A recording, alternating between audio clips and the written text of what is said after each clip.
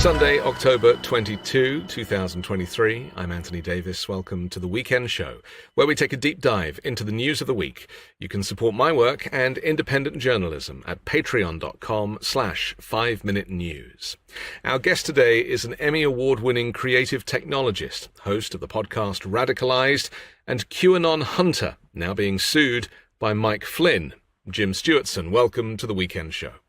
Thank you so much, Anthony. Really a pleasure to be here. It takes quite a lot to get to the point where you get sued for your right to free speech.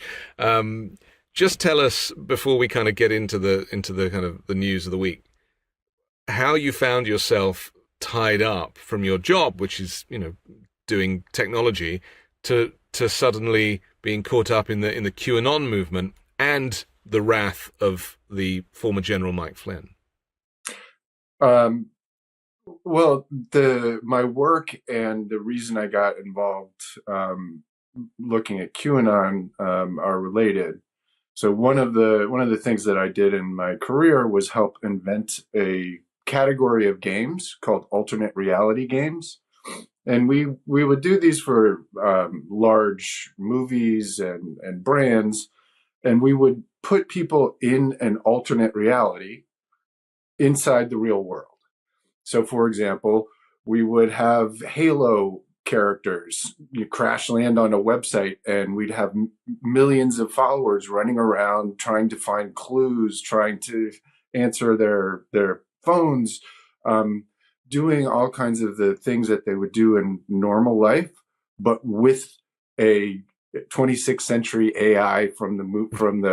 Video game Halo. Okay. And so, for example, this AI would call payphones all across the country, and we would tell people, you gotta be at this place at this time, and if you answer the phone, there'll be an AI from the 26th century there. And so we would build these huge universes, these fictional universes, and we would put people in them. But they always knew it was a game. They always knew it was fun. They always knew it was inside the world of fiction.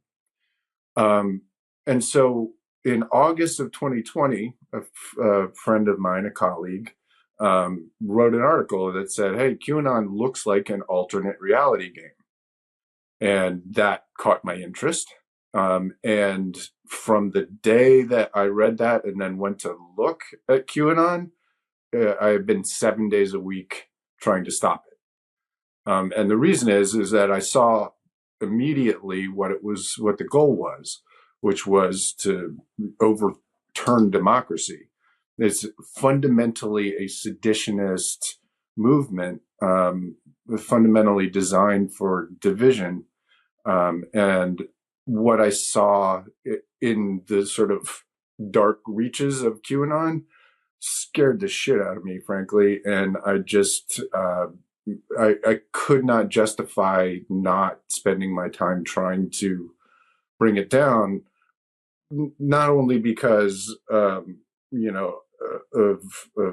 my background and the fact that I was unhappy that they were using ideas that I had for evil, but also because I saw it as such a threat that I genuinely see it as a threat to my own children and to my own grandchildren that I hope to have soon. And so I just basically have spent the last 38 months doing everything in my power to expose the people behind it, explain how it works, how it sucks people in, how it brainwashes people, and to get accountability for the people who are responsible for it. And in my view, that's largely Mike Flynn and a cast of horribles around him. So you've chosen to dance with the devil, some might say, because it's, once you get into this stuff, it's quite difficult to unravel from. For those who don't know, we should just explain about QAnon and how these kind of online chat rooms in the dark web or whatever you choose to call it, they attract certain types of people who've got time on their hands, people who are conspiracy theorists, people who align with Donald Trump and MAGA Republicans, to the extent that some of these QAnon believers are actually now in the halls of Congress, the likes of Marjorie Taylor Greene, for example, people who and use the language of Q sometimes in their communications, whether it be retweeting or retruthing or Xing or whatever the hell it's called these days. And even Donald Trump, the disgraced former president, quite recently, when he could see that his currency was becoming devalued, did a whole barrage of Q retweets. So let's go back a little bit just so that people can understand the timeline. It all kind of starts with Pizzagate, doesn't it? Oh, it certainly does. All of this started, not all of this, but the sort of psychological warfare, as I see it, started before the 2016 election. So part of the reason why I focus on Mike Flynn is he famously met with Vladimir Putin in Moscow at a Russia Today banquet in December of 2015. After that, he launched a whole series of psychological warfare campaigns in the lead up to the 2016 election. One of those was Pizzagate. So Pizzagate is the most batshit thing in the world, but incredibly, it's still very popular. So the basic idea is that what happened? Sorry, I got distracted for a second. What happened leading up to the 2016 election was the Russians hacked the DNC. Right? They hacked the Democratic National Committee's servers, and they got all of John Podesta's emails, Hillary Clinton's aide. And so they took those emails and then they distributed them on WikiLeaks. And some conspiracy theorists, intentional conspiracy theorists, constructed a fiction out of one email that John Podesta got from Maria Abramovich that was about it was a performance art thing. And they turned that one email into an entire fiction about how Hillary Clinton is a satanic pedophile who literally eats kids and drinks their blood. And I, all day long, deal with people who really believe this, genuinely believe this still. And it all comes, again, from a single Russian-hacked email that was just a general invitation to a performance art show, and they turned that into an entire fiction about Hillary Clinton and the Democrats being blood-drinking pedophiles. And this often happens, doesn't it? That from something very small, a whole new narrative is created. And I really feel like the barometer that humans are given to recognize right from wrong or true from false, something that is inbuilt, is diminishing in our human evolution. And this radar for normality is ancient history. And those people that you talk about who believe that the Hillary Clinton conspiracy, they are voters. They are. They have the right to vote. Yes. I mean, in my view, just from looking at research, lots and lots of studies, it seems to me about a third of the country has been affected by psychological warfare. And by that, I mean, they've been told lies so many times that they believe it. For example, 80% of the Republican Party still doesn't believe that Joe Biden was legitimately elected. Yeah. I mean, that's an incredible number, right? Yeah. I mean, because that is just blatantly false. There's no evidence. There has never been any evidence that there was any shenanigans in the 2020 election. And yet a very large percentage of Republican voters believe it. including Jim Jordan, who keeps losing votes to get the House speakership.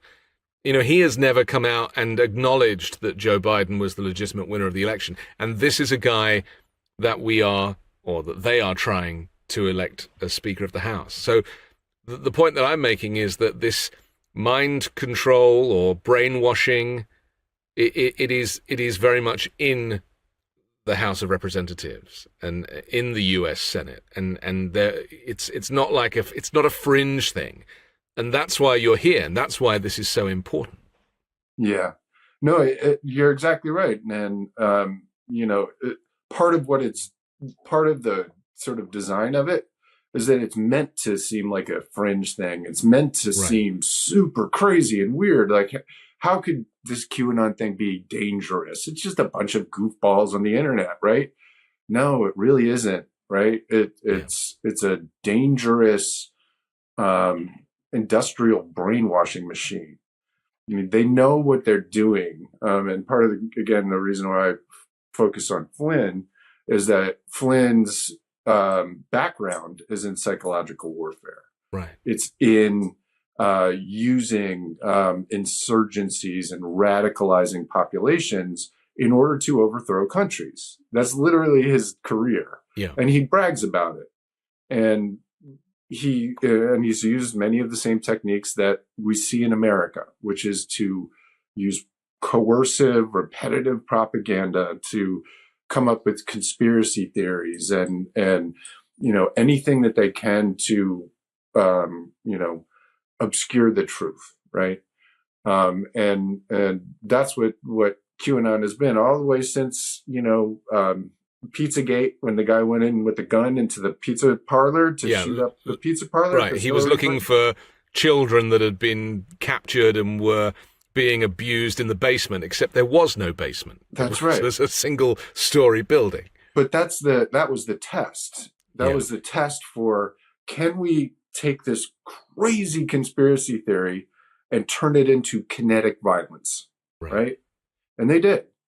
Jack Posobiec, infamous neo-Nazi propagandist, went to a pizza parlor with his phone and did a whole live cast showing, the scary looking people that might be pedophiles. And somebody believed him and went there with an AR-15 and shot into the floor because he thought there were children there. And that was just to me that, for everyone else, it's like, wow, this really gets crazy. But for the people doing this, that was a test. It was a successful test for something like January 6th, right?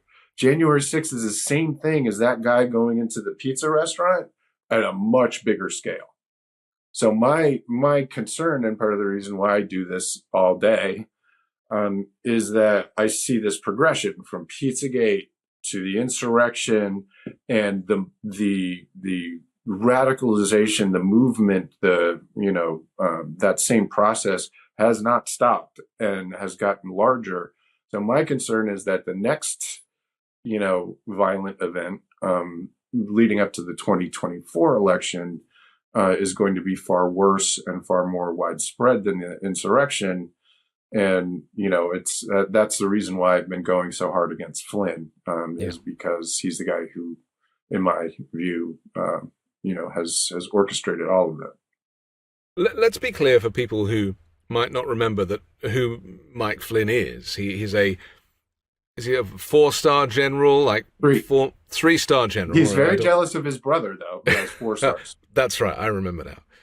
He twice lied to the FBI. Yeah. And then in the last few days of Donald Trump's presidency was given a presidential pardon, along with Roger Stone. In fact, there's a photograph, I'll see if I can put it up, of famously Roger Stone and Mike Flynn together holding up their presidential pardon certificates as a badge of honor.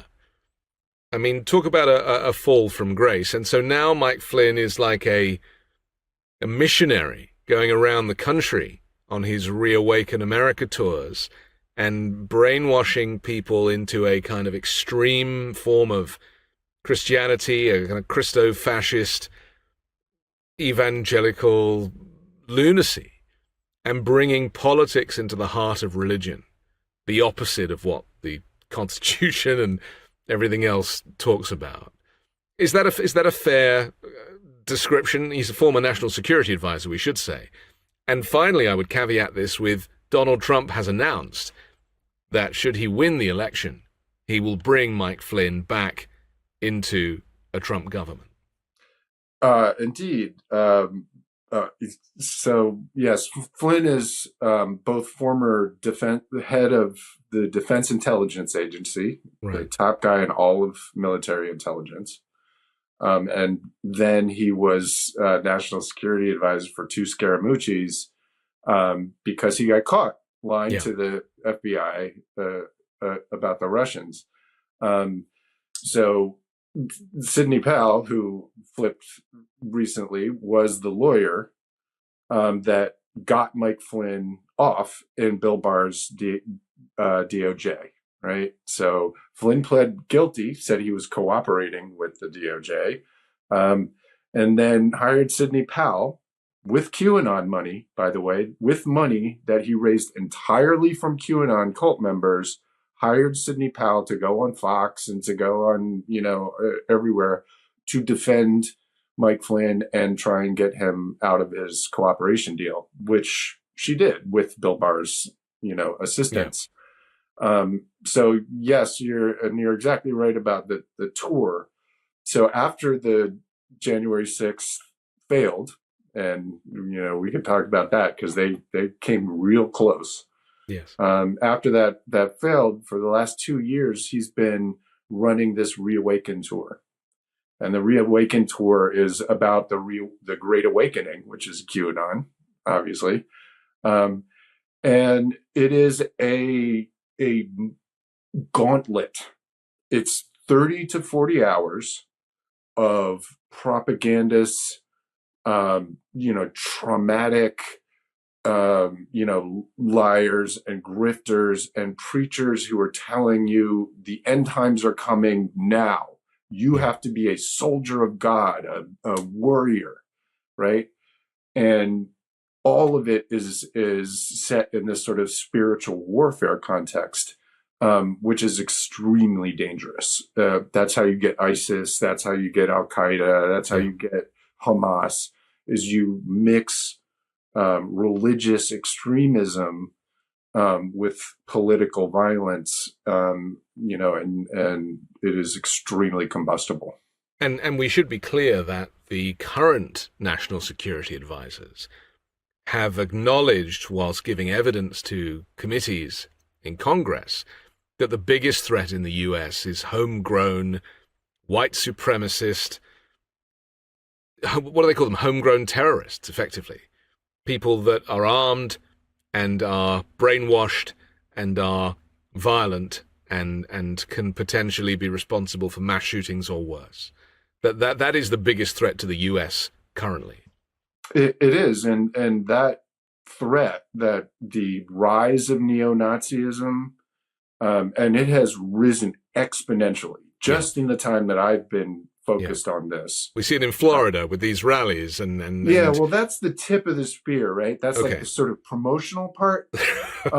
That's the kind of marketing exercise on the outside. It getting really is. 50 neo-Nazis to stand on a bridge waving swastika flags, exactly. and for DeSantis or anybody to not even bother condoning it. I mean, there's no pushback now. That's right.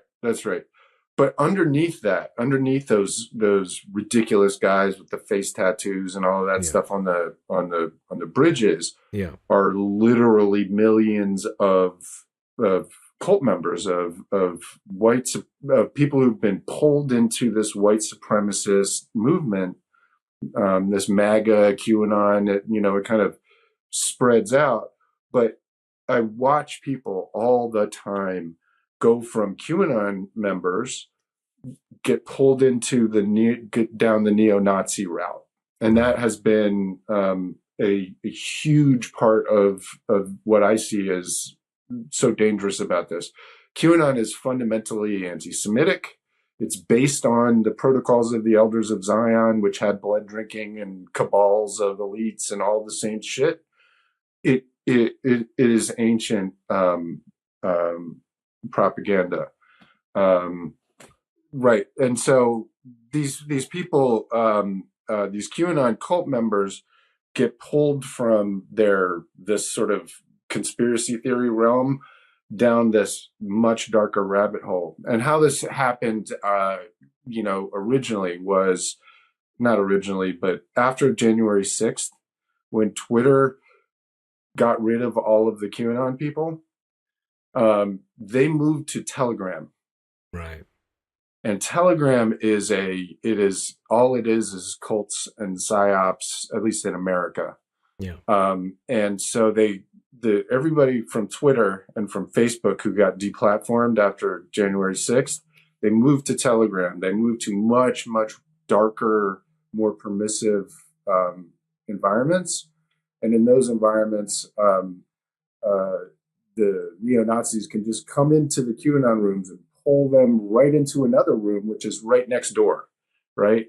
On Twitter, at least before, you didn't have full-on neo-Nazis. Yeah. On Telegram, and we can see how Twitter has changed since the ownership of Elon Musk. That's a whole other thing. Right. Yeah. So, and so this is the important to note that, we can't ignore social media in this. We can't ignore online communications like apps like Telegram, because they are the way that Al-Qaeda got together and started to communicate. There's no HQ, there's no head office, there's no kind of meeting room. It's all done virtually. That's right. And it's these communication tools that we all use on a daily basis that have harnessed and harvested this type of warfare. And Elon Musk, just as an aside, I often say on the show, it's so interesting how, like, just a couple of years ago, we used to think he was a genius. We used to think he was like this amazing, like superhero. Yeah. Who, like Iron Man, right? Who had kind of come in and he'd created solar and he'd created electric vehicles, and he had really good intentions. It seemed that way, didn't it? Right? And then he finds $44 billion from somewhere, way more than Twitter is worth. Yep. There'd been a few hints that he'd donated to the Republican Party in the past, right, which I'd discovered in some journalism. And I was like, that's a bit weird. Why would he do that? He seems like such a liberal, like progressive guy. Then you start to dig under the surface, and of course his childhood in South Africa and, the kind of lifestyle that he led, courtesy of his parents, and the diamond mine. There's a whole world there that we don't have time for, but he himself has clearly been radicalized to a point that he was able to buy the biggest town square platform on the planet, and, as we've now seen, turn it into some kind of Russian psyop situation where regular people are disappearing in droves, and what's left is this kind of far-right and very hate-filled narrative. Indeed.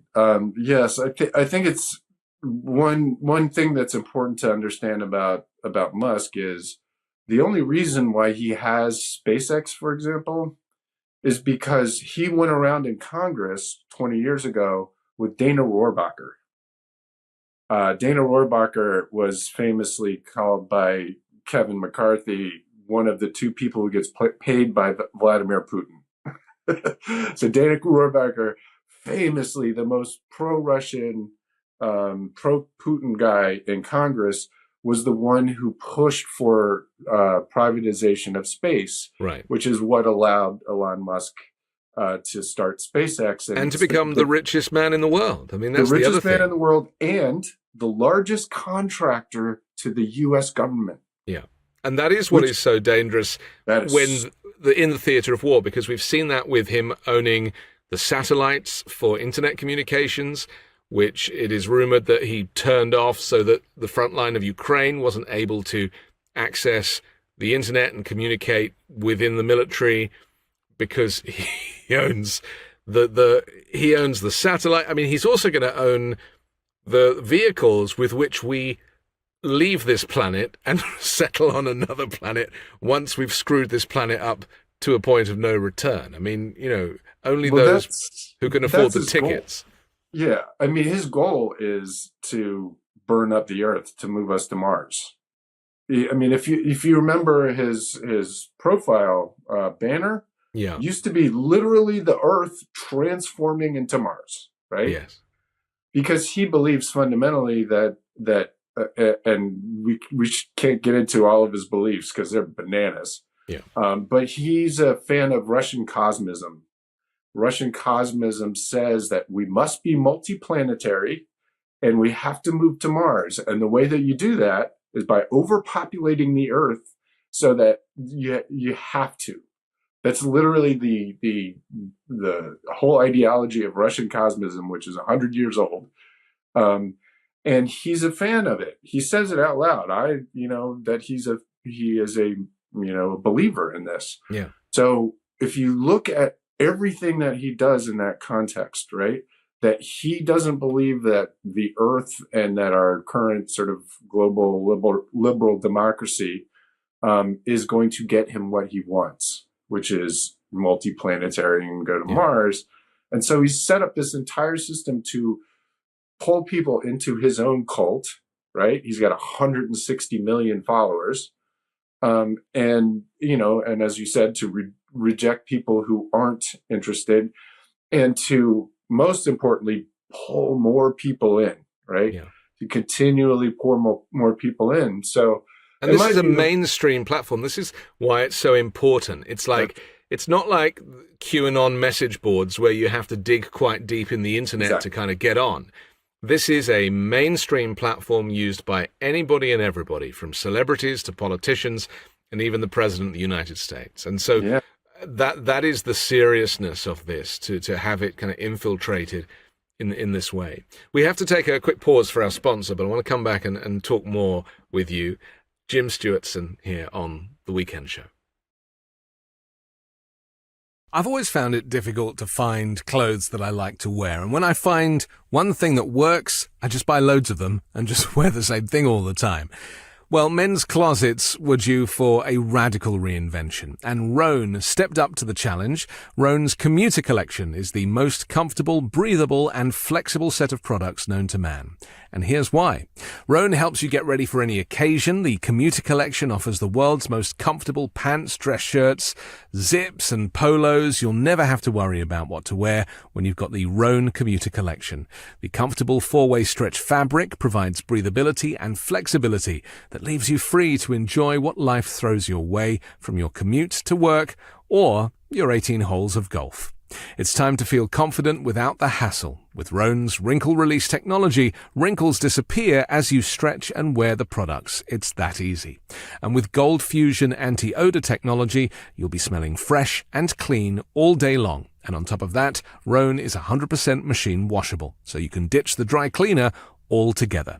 I personally love a technical fabric, something that is advanced and uses technology to make a more comfortable and more modern outfit.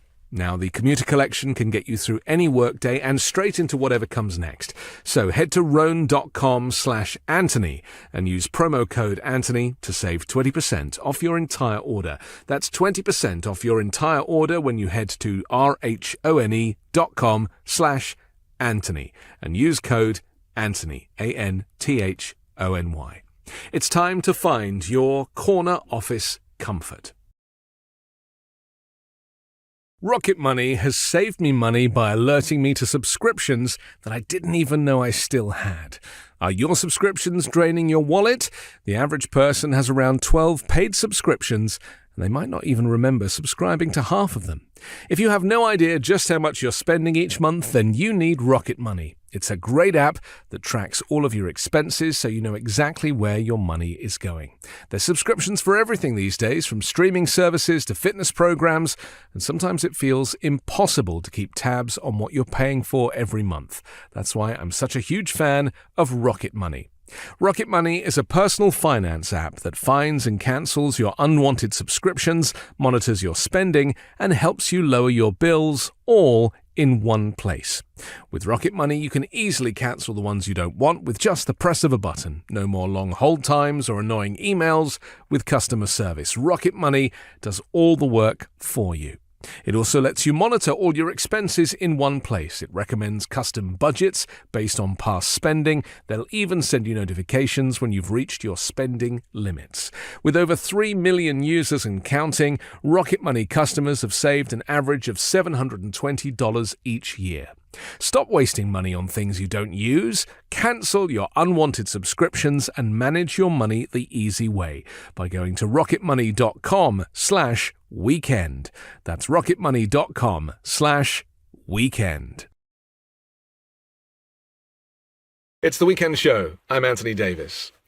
Ken Chesebro has just flipped on, Donald Trump, you could argue. He's the attorney who devised the fake electors plan to prevent Joe Biden from winning the 2020 election. He's accepted a plea deal and will avoid going to trial in the Fulton County racketeering case in Georgia involving Donald Trump and 17 others. He pleaded guilty on Friday morning to one felony charge of conspiracy to commit the filing of false documents in a last-minute deal. This, Jim Stewartson, is... It's almost proving your point, right? The stories that you are telling us, the behind-the-scenes investigations that you are making about QAnon and the movement that led up to January 6th and the overturning of the election.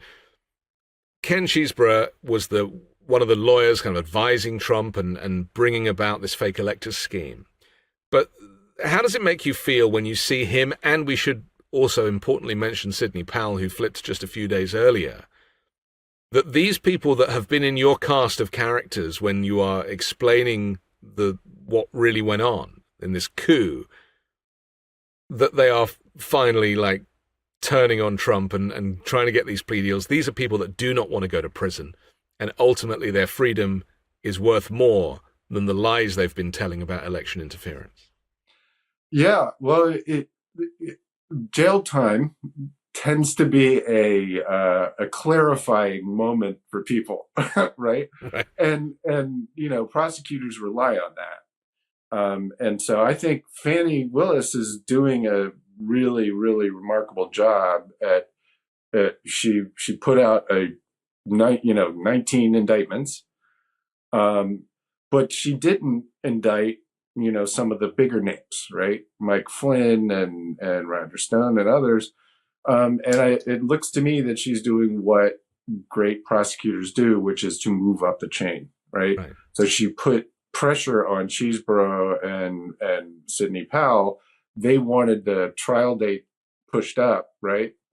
And them flipping is incredibly bad news for not just Trump, but especially Mike Flynn, because Mike Flynn hired Sidney Powell to be his lawyer to get him out of his confession to lying to the FBI about the Russians. So for me, it's a very good sign that the prosecution, not just in Georgia, but Jack Smith and Michigan and Nevada and a bunch of other places, that they're not done yet. Yeah, that the house of cards is slowly falling. Indeed. My concern was that they were just going to focus only on Trump and kind of miss the operational layer, right? Because they got the Oath Keepers and the Proud Boys, and they're getting the lawyers and whatnot. But there's a layer that they haven't touched yet, which is Roger Stone and, Mike Flynn, Eric Prince, Steve Bannon, people like that. Yeah.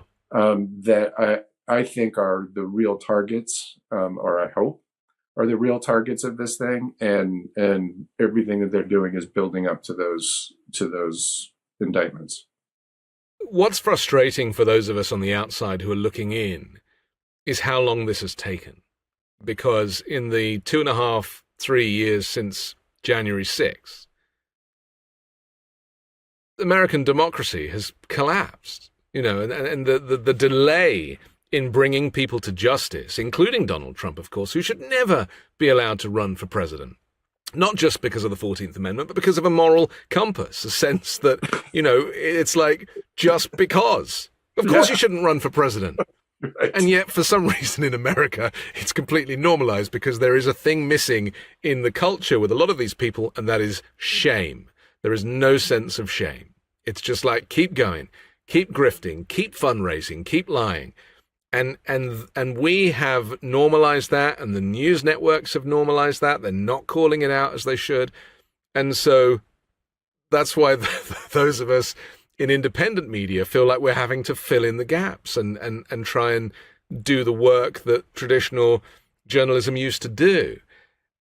How do you feel about that? The delay, the time that it's taken? Is it necessary for justice to just take its, go at its natural pace? What's your kind of reaction to the time it's taken for people like Sidney Powell and Ken Chesebro to finally be on the stand? Yeah. Well, it's been almost 3 years, right, since the insurrection. And we found out from great reporting by the Post that it was 2 years before Jack Smith was hired by Merrick Garland, because our own FBI was blocking them from doing it, right? We heard that quite recently, actually, that Merrick Garland, we all had an inkling that Merrick Garland was stalling. Right. And then when that story broke that he actually was, that was very frustrating, wasn't it? Very I mean, I spent those 2 years while he was dragging his feet and, not intentionally not going after the higher level characters. I spent those 2 years of my life exposing those people because they're continuing to do it. They haven't stopped, right? When somebody commits a crime and they don't get accountability for it, what are they going to do? They're going to keep doing it. They're going to keep committing that crime. And so for me, it's really frustrating that, my friends and I'm not alone here. You and many other people spent that time really investigating, really focusing, really exposing these people, and to find out that our own Justice Department, our own Attorney General, took the advice of people, that have a dog in the fight, by the way, and not a good one. The fact that he delayed for those 2 years while all of us were freaking out and doing everything in our power to be as loud as possible about it is deeply frustrating and also extremely concerning. And the irony is, of course, that Trump claims that the Justice Department is weaponized against him and keeps saying that time and time again. And here is the example that actually the Justice Department was protecting him. That's exactly right. Well, as anybody who's studied this for 5 minutes knows, projection is the number one way of, fighting this, right? They accuse others of everything that they're doing, right? And it goes all the way to, the most dark sort of accusations that people make against Democrats and Hillary Clinton and all of this. It's what they're doing. It's what they're trying to cover up. Yeah. An incredible, number of Republicans and have been accused of the same crimes that Pizzagate and QAnon and whatnot are, accusing Democrats and Hillary of. This idea of projection, accusing others of what you're doing, obviously goes to Goebbels and all the way back. Well, it's the double standard, isn't it? And I've always found this fascinating about Republicans kind of preaching the gospel of Christianity and, trying to be an upstanding citizen. And then you see them finally getting caught for stuff that is so corrupt or so vile in nature, whether it be sex abuse or whether it be, look at Rudy Giuliani, for example. The list of stuff that guy's got up to, and yet he spends his whole time trying to, moaning about criminals and putting criminals away. And it's like, just look in the mirror, friend, and he's going to be the next one, isn't he? What's your feeling about him? Because, he is also in that gallery of curios of characters behind January 6 and, famously the Four Seasons Total Landscaping press conference, the greatest day in American media history. it's all connected, isn't it? These people are all connected. You know, the hotel, all that stuff is where so much of this was born. Yes, absolutely. These things are hard, right? Because it's not the plan, right? The plot is decentralized. They don't, you know, it's not like Mike Flynn is sending out an email to all of his people and, you know, they're all doing, you know, what he tells them. It's far more, you know, distributed than that. But at the end of the day, it's just lying, right? Yeah. And Rudy Giuliani is one of the most, you know, professional liars in, you know, American history, going all the way back in his career. His entire sort of, you know, America's mayor image is bullshit. Like none of it comes from things that he's actually done. It's all propaganda. And unfortunately, over the last, I don't know, 10 years, Rudy has just been completely compromised and is, you know, literally just working for the Russians now. I mean, he literally working for the Russians during 2019 for the thing that Trump got impeached for, right? He was over in Ukraine, literally trying to corrupt the Ukrainian government so that Russia could invade it. Yeah. I mean, the one other thing, if I may, that the media completely misses, in my view, is the fact that the Kremlin is behind all of these people, either directly or indirectly. And if you look at the division in the U.S., you look at what's happening in Ukraine, you look at what's happening in Israel.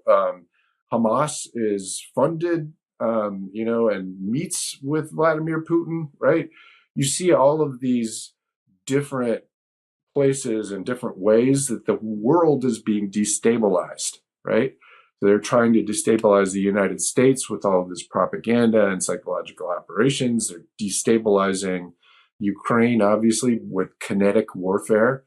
And he's been encouraging this conflict in the Middle East. Encouraging is a nice word for it, in order to distract from his one main goal right now, which is to invade Ukraine and take it over.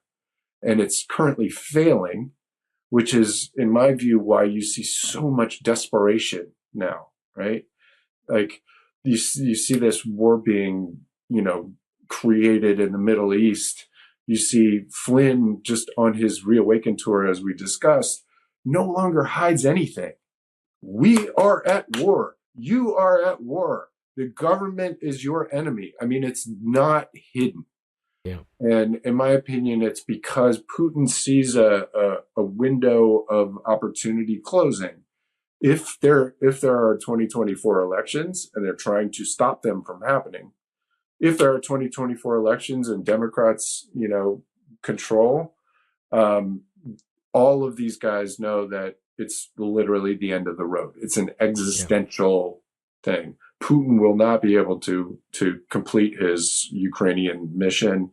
You know, the government of the United States will stand, etc. So they all see this next year as this kind of existential final battle, right?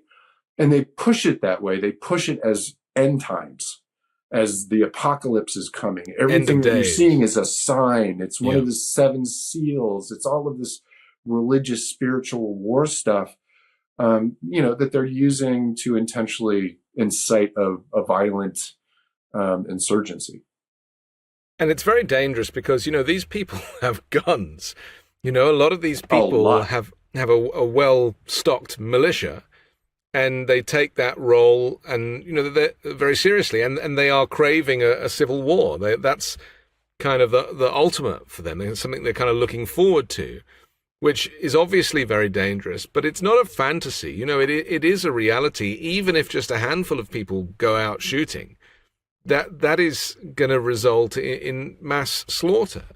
And, you know, we are seeing the effects of the ricochet effects of this kind of snowball situation in Gaza, where the Palestinians are being painted by Israel as the enemy, when the enemy is Hamas, who are a terrorist organization, as you say, funded by Russia and Iran, and now Hezbollah joining in, again, funded by the Iranians and whoever else.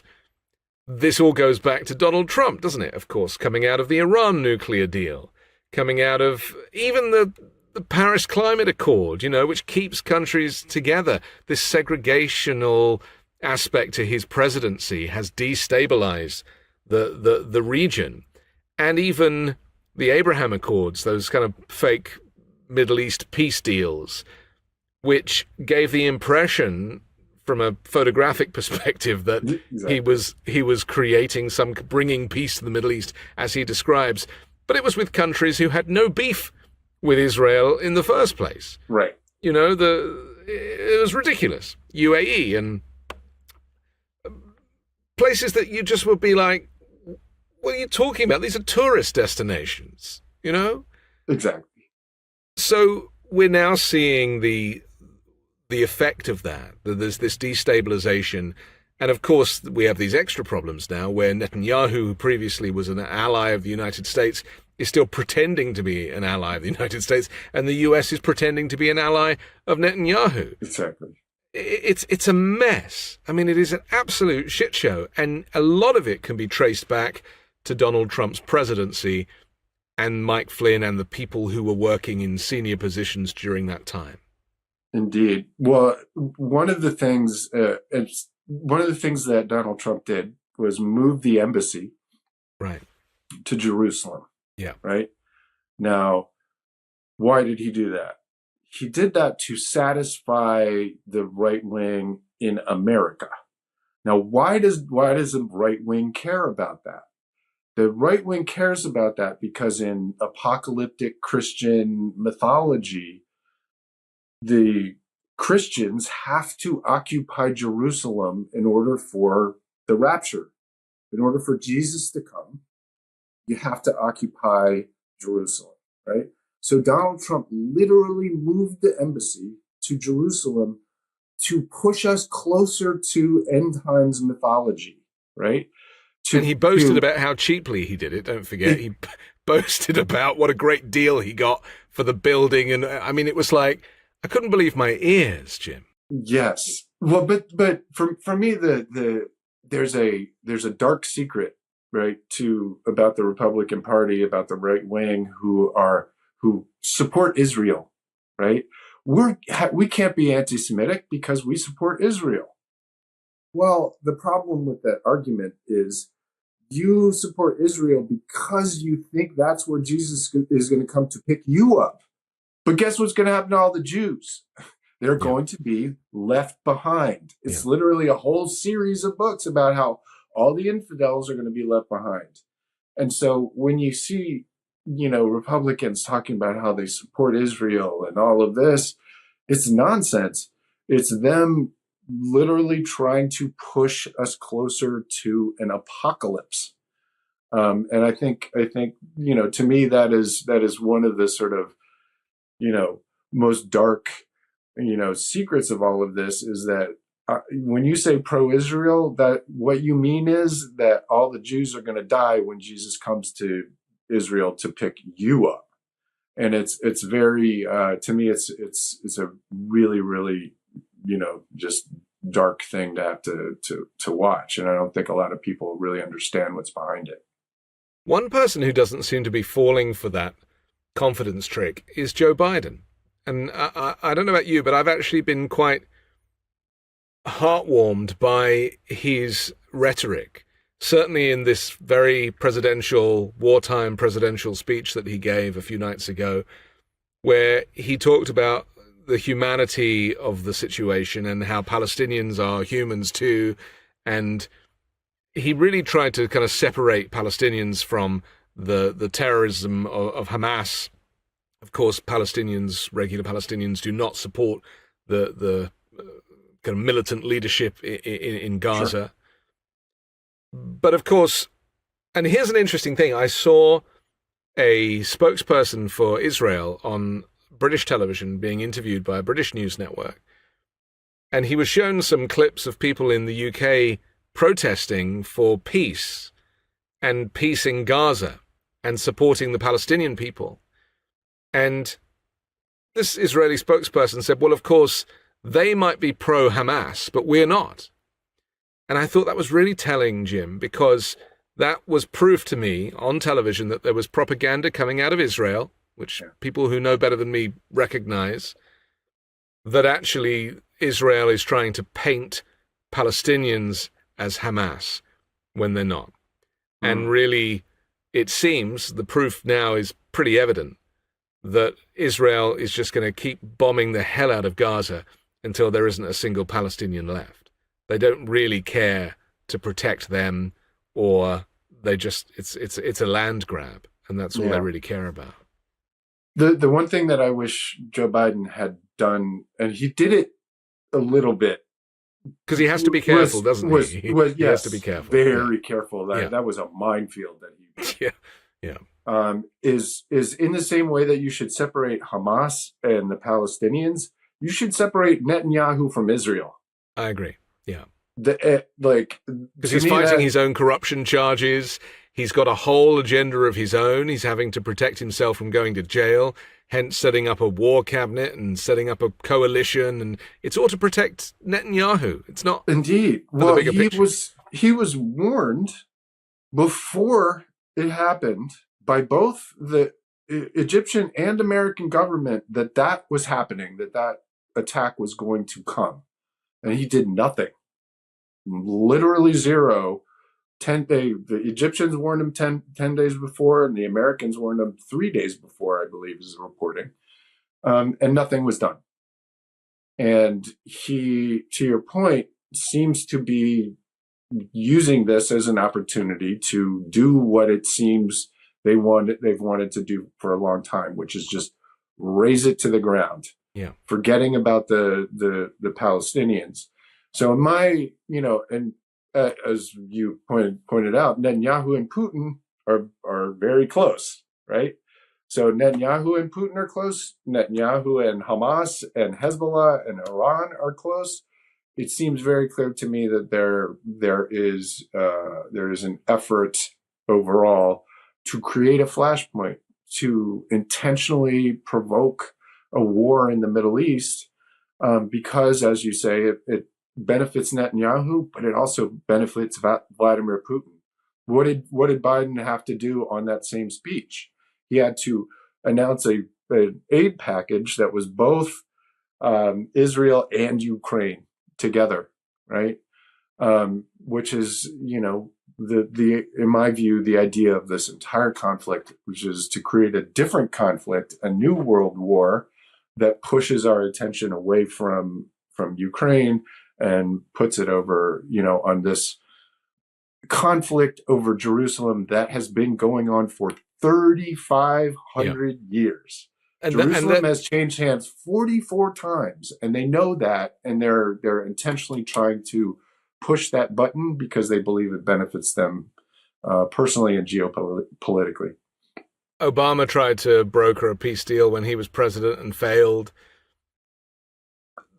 It is one of those kind of geopolitical issues that will probably never find a solution. And, the tragedy for me, I like to have like big picture thoughts about a lot of this stuff. I often think about the dinosaurs who didn't know borders, right? They would roam between countries quite happily. They weren't like, I'm in Israel now, or even the Mexican and North America border. I mean, it's like we as a population, we as a race, the human race, have created these land borders. We have created these religions. And it's borders and religion that really is at the center of so much of this conflict and hatred and violence, warfare. And the other thing I should mention is, in that list of people that Netanyahu is good buddies with, is of course Donald Trump, right? Yes. Bibi, his best friend. Uh-huh. and that, because, Biden is purposely maintaining a line, having a kind of standoffish relationship. He recognizes that it's the U.S. policy to support Israel, but he is being very careful about isolating Netanyahu from Israel. Not as much as you would like, I get that, but I think that this is one of the most difficult diplomatic moves to make. Yeah, and I would say that Antony Blinken has done very well recently. Here's a guy who never really gets enough praise. And why he played the guitar at the White House recently, I have no idea. It's one of the weirdest things I ever saw. That was pretty weird. But only in America, this is my feeling, like only in America can you have the most important job, Secretary of State, traveling the world, trying to bring diplomacy, and the next minute you're playing electric guitar as if none of that ever happened. But anyway. Little Bill Clinton in the sax. That's right, yeah. Similar thing. So we'll let it go. But he has been traveling around the Middle East trying to garner support and broker peace, negotiate for peace, because there is a fear of the wider conflict, or the conflict expanding. And here's another thing, which I'm sure you are across, is that there was a rocket attack early on Friday morning on US and coalition forces at a diplomatic support center near the Baghdad International Airport. There was USS Carney, a naval destroyer in the northern Red Sea, intercepted 3 land attack cruise missiles and drones that were launched by Houthi forces in Yemen. This is like the first shots fired by the US military in the defense of Israel. This is suddenly changing the geography of this warfare, isn't it? It is, and again, I can't help but think that the expansion of this war was the plan from the beginning, right? Because if you think about Hamas, right, it's tens of thousands of people who launched an attack intended for maximum rage, maximum anger, right? Why would they do that? Hamas doesn't think by itself that it's going to defeat Israel and the United States, which is going to defend it, right? It knows that. But it also knows that it has big brother Hezbollah, who has 100,000 very well-trained troops in Lebanon, right? And after Hezbollah, it knows it has Iran behind that, which has a massive army. And then, behind that is Vladimir Putin, who is supporting, the entire thing. So when I see all of these expansions, when I see, the Gaza bombing that was used as propaganda by both sides, This was of the hospital. Of the hospital. They originally said was 500 people died, and then when new information came in that said actually it was just a couple of dozen, and it was a fire in the parking lot that kind of, the misinformation, and also the news networks repeat it. Yeah. Even the president repeated it. I mean, the president repeated that babies were being beheaded. Well, that was never corroborated. And now they've dropped that line, and now they're basically obviously talking about the death of children, undoubtedly and tragically. But that piece of very visual propaganda has now been dropped. Yeah, and they use that, right? They use it. They use images and thoughts of beheaded babies as propaganda on both sides, right? As my friend Jackie Singh, she immediately picked up on, hey, this beheaded babies thing came from this one reporter who's super sketchy, and you should not repeat it. But boom, it just blossoms into the ecosphere, right? And that's impossible to stop. But what I watch is what's the direction that this propaganda is trying to push, right? It's trying to push for more radicalization, more reaction, right? In my view, things like what happened in Israel, the way that they used the Gaza bombing, it's psychological warfare. As much as it's a kinetic atrocity, as much as, there are real physical human beings that were hurt, the psychological impact is the point, because it makes the other side angry. It gives opportunities to talk about beheaded babies, and it ratchets the temperature of the entire population up. Yes. Which is exactly what they want. If you want to start a conflict, what are you going to do? You're going to hit somebody as hard as you possibly can. You're going to make it as vile and horrific as possible. So when I see, Houthis, Yemenis shooting at the U.S., all of this, it seems to me, Hezbollah started, doing a lot of bombing into Israel. It all seems like it's just part of a sort of planned escalation of a conflict that, a number of these players want, right?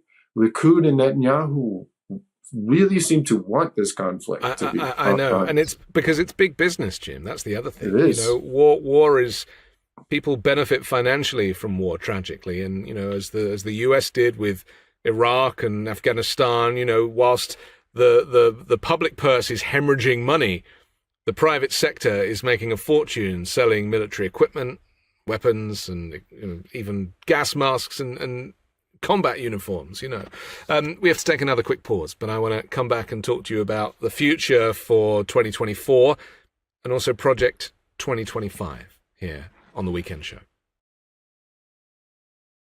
If someone would have told me that there are science-backed ingredients that could help me feel 15 years younger in a matter of months, I wouldn't have believed it.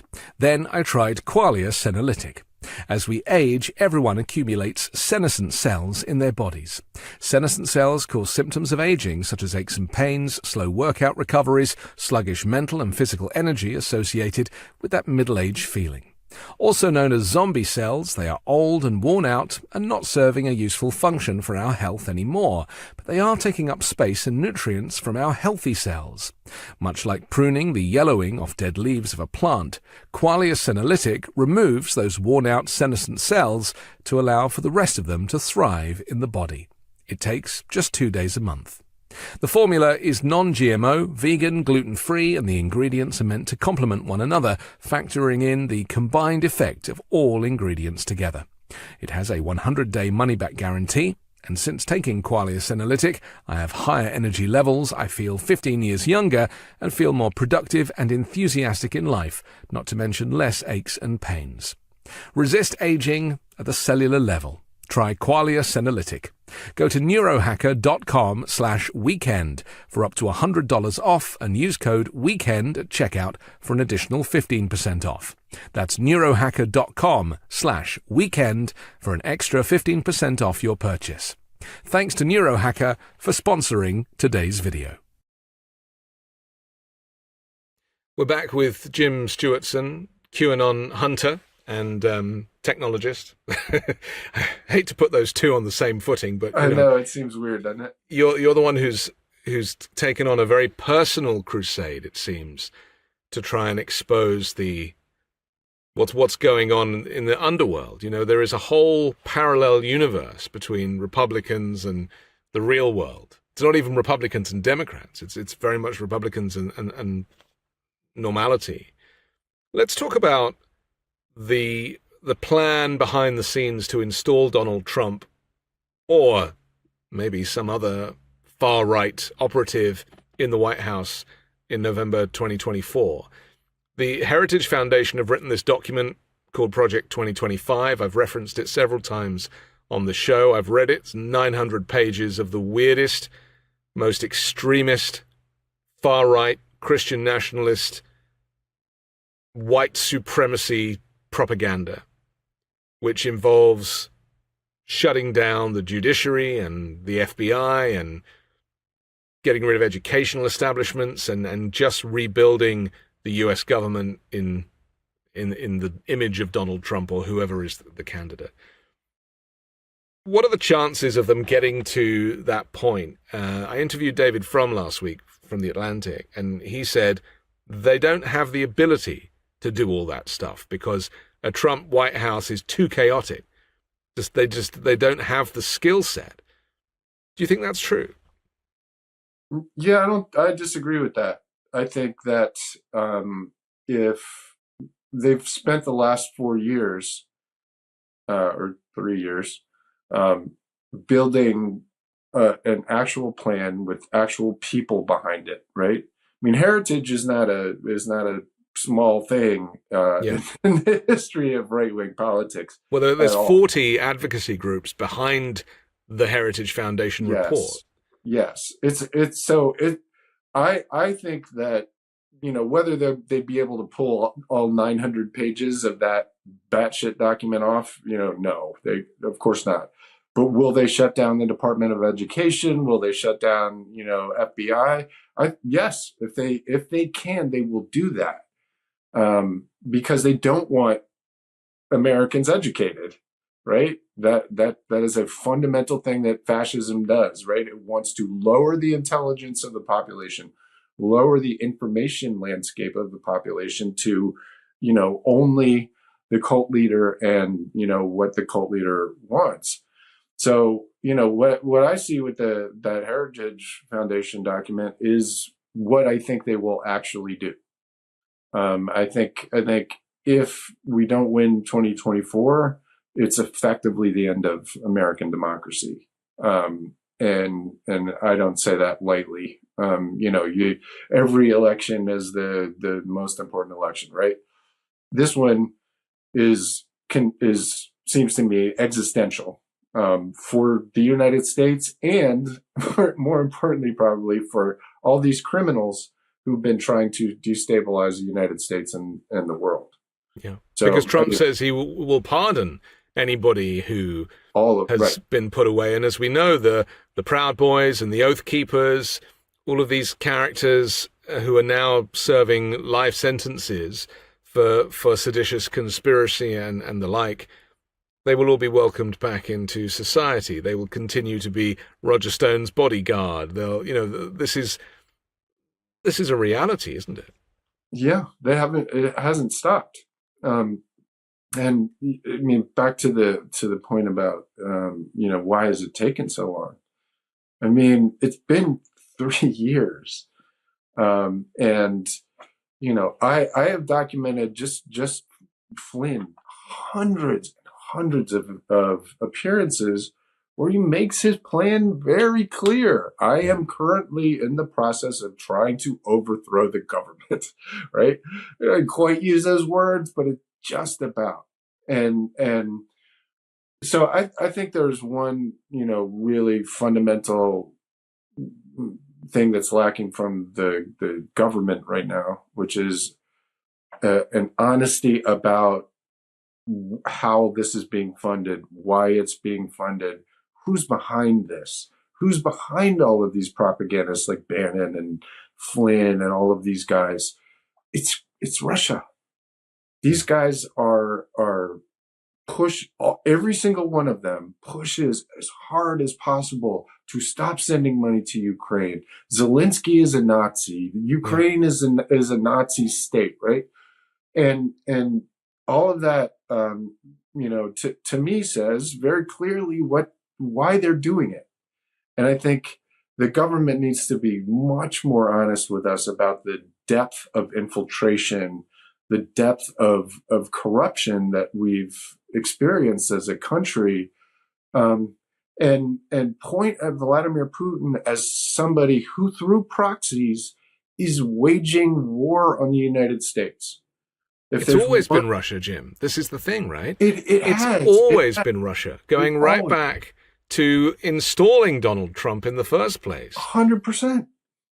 We talked about Pizzagate. Pizzagate came from Russian-hacked emails that were turned into a conspiracy by Mike Flynn's people. Mike Flynn was in the Kremlin 6 months before Pizzagate started. This is a Russian attack that's been going on now for 8 years. And to me, both the government and the media have done an abhorrent job of really explaining what that means, what we're experiencing right now. They report on the radicalization. They report on, the effects and the symptoms of what's going on, right? They make fun of things like QAnon, right? Yeah. Without actually providing the context behind it, which is, hey, QAnon is just Russian propaganda repackaged from 100 years ago that is being distributed by Russian assets. Why can't our establishment media and or our government say that out loud? Why couldn't Biden say in his speech, hey, you know what? Ukraine and the Hamas-Israeli war aren't really different threats. They're actually the same conflict, just in different parts of the world. So well, I wouldn't want to be Joe Biden right now, to have to take this on. It's a very hard play. And I suppose, if you are regionalizing these conflicts, the Middle East is one thing, but the former Soviet Union is another. And it's too much. I mean, it's just too much, because when you start sewing it all together, that's when you have a world war. Yeah. In the same way that, how did the Second World War start? It started with the Nazis invading Poland. And so it spread. And this is the problem, isn't it? That if Joe Biden isn't careful, the spread of this and his use of language is essential right now.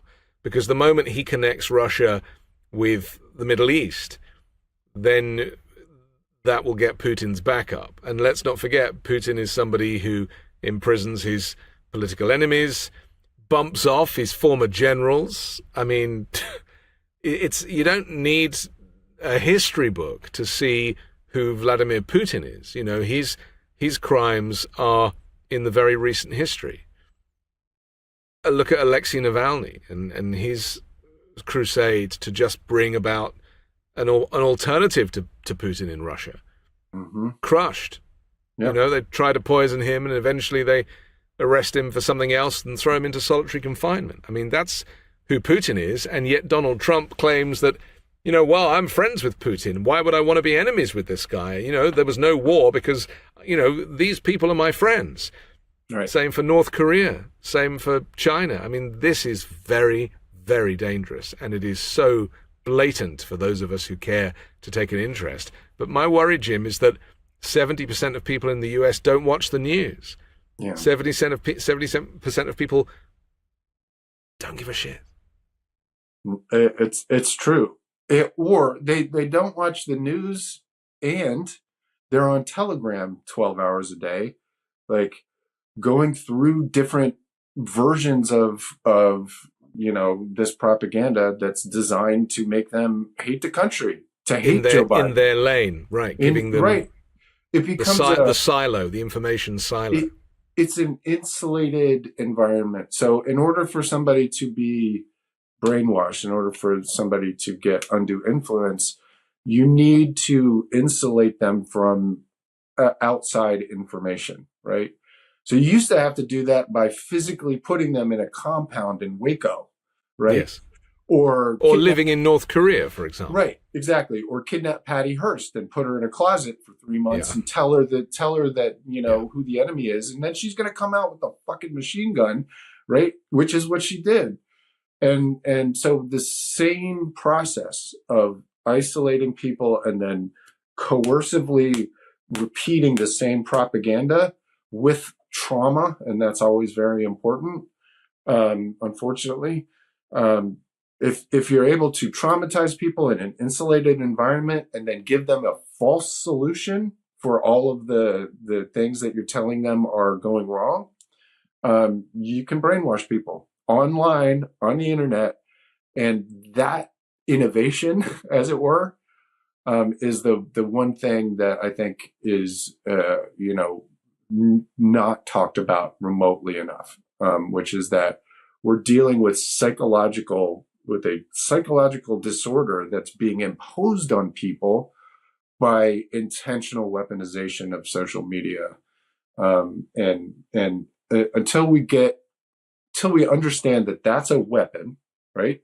That social media is literally a psychological weapon, and that our enemies are using it to capture people inside our own country in our own homes, right? Then we're never going to solve it. We have to understand as a country, as a world, really, that this new sort of layer of human experience that's been added onto us, right? With the internet and just being connected to each other, that has been unregulated, right? The physical world, if you go into a grocery store and 50 people show up and start yelling slurs at you, you're going to call the cops. Yeah. Right? But online, you go on Twitter or Zitter or whatever the fuck it is at this point, pardon my French, and all of a sudden, there's 50 people yelling slurs at you and there's nothing you can do about it. The problem is that your brain doesn't see those two situations as different. The physical environment where you're, being surrounded by bad people and the virtual environment have the same psychological impact. And those are that sort of process and that training of people to go in a particular way is really vicious. What I find interesting, Jim, is that, I explain to people that this information silo that every individual exists in is targeted and tailored for you. So whether it be Cambridge Analytica manipulating people in 2016, or whether it be your Netflix account and your Netflix looking different to my Netflix because the algorithm is giving you more of the movies that you like to watch and me more of the movies that I like to watch. And that in a very basic form is the difference between you and I, how our internets look different, but ultimately we're getting what we need. We're being fed that kind of diet of what we think we need anyway. Mm-hmm. Or and what they think we need. What they think we need. And it's very, very dangerous. But, from this, and I've interviewed Bandy Lee on the show who talks about Trump contagion. I've interviewed Jackie Singh. She's amazing. And yet she was there way before. She's been on the show twice and I mean she's incredible, but the media don't want to interview her. They don't have her on. It's the same for Steve Hassan, who wrote The Cult of Trump.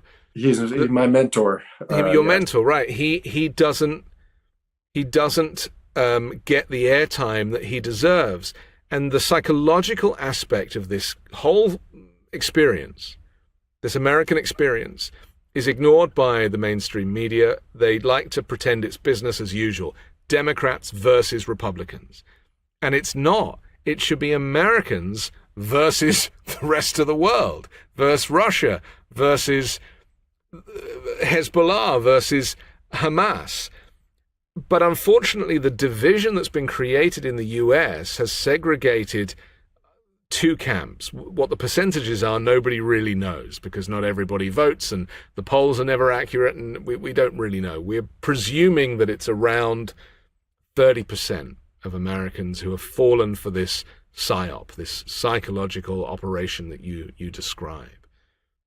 And we won't know until November 2024 whether the US chooses the right path. I have faith, personally, in America's ability to choose right from wrong.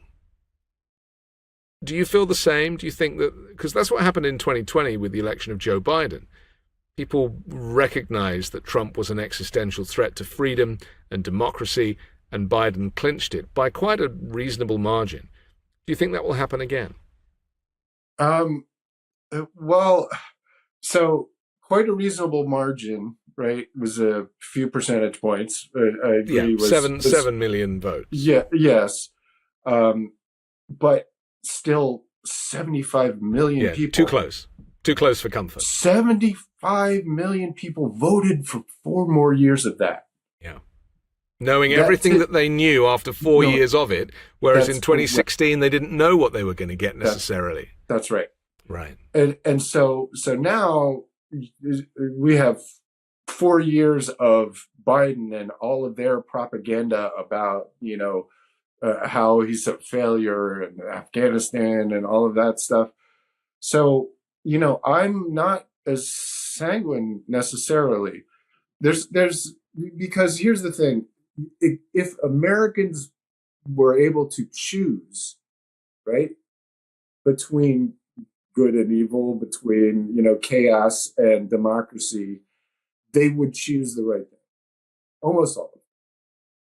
But the problem is that, as we've discussed, a growing percentage of those people no longer have the right to choose, in my view. That choice has been taken from them because they've been presented with a false alternate reality of the world that forces them into making decisions that are against their own benefit, right? That's the whole trick of fascism, right? Is to get the people that you're suppressing, to choose the wrong thing. And so my concern is that if we don't address the core of the problem, which is people like Flynn and Bannon and these guys out there pumping this poison into people's minds all day long, it's just a race between how many people they can brainwash versus, the time the election rolls around. And when you start adding things like this Middle East conflict and all of these, sort of traumatic events around the world, I'm very concerned. I'm very concerned that, what they're trying to do is prevent the 2024 elections from happening at all. And they're, if the election, does happen, they're trying as fast as they can to brainwash as many people as possible so that when that choice is made, enough people aren't actually making a choice. They're not making the choice that they would have made before they got involved in this cult. They're making a choice that's been programmed in their head. And so, that's what I fight so hard against every day, is getting people to understand that dynamic and to put pressure on the media and the government to start addressing it, to start talking about psychological warfare, to start talking about brainwashing and undue influence and all the things that Dr. Hassan talks about, right? To me, the next year is just going to be a race to see, can we get justice? Can we get information out there? Can we get honesty from our government? Those are my goals and my concerns. Well, I hope that you're right. I hope that people will. It's hard to say come to their senses, because, as you say, people's senses are the equilibrium of people's senses has changed so much. But I always like to end on a slightly hopeful note. So maybe we need to speak again in a few months' time, and certainly good. After the November election. Jim Stewartson, thank you for joining the Weekend Show. My pleasure. Thank you so much. I'm Anthony Davis. Thank you again for joining the show. And don't forget to support me and independent journalism at patreon.com/5Minute News. Join me next week with a brand new special guest and 3 more factual news stories to discuss on the 5 Minute News Weekend Show with Midas Touch.